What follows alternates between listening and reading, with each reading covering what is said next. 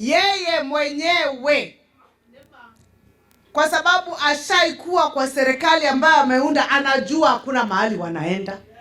He knows.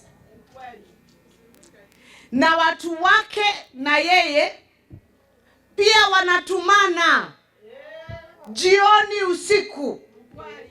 Niseme nisiseme, nitoboe nisitoboe, wanatumana kwa huyu Ruto, sio mwingine. Wanasema watapunguza matusi, lakini yeye wacha ashike Mount Kenya alete kwa meza. Na nyinyi mko hapa mnaimba sijui tamu.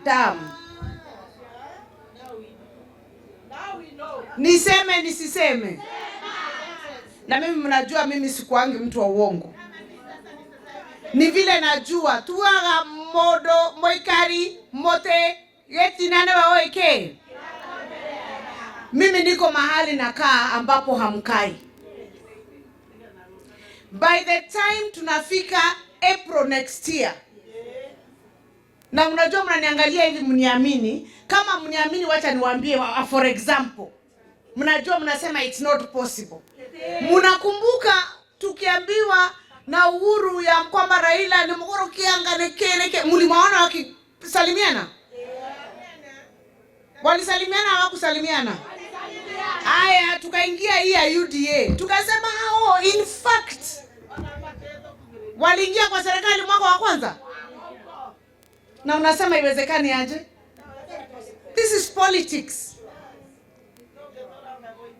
Hii ni siasa. Lazima watu waangalie ile upande ya serikali, na tuwezi kubali tuende opposition, na tubaki sisi kama jamii peke yetu tuko nje. Na ninaongelesha kina mama because nyinyi mnakuanga na msimamo moja. Sisi kama watu wa Kirinyaga niwaulize, Mogeheo getekia deputy president no mwethoe? Leo mkiambiwa, na wauliza swali, mkiambiwa governor wa Kirinyaga ndio atakuwa deputy president, kura zenu mtapeleka upande gani? Mtapeleka upande gani? Na wauliza, si ndio? Sisi kuna vile tunajipanga kwa serikali ndio tukue na kiti pale isaidie wananchi wetu.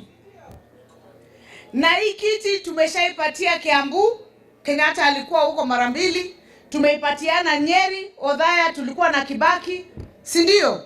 Na pia deputy president Rigathi ameikalia hata kama hakukaa sana. Tumeipatia East, wameikalia miaka 3. Kerenya gagi karera geteke unomo ithoe. Kana morware.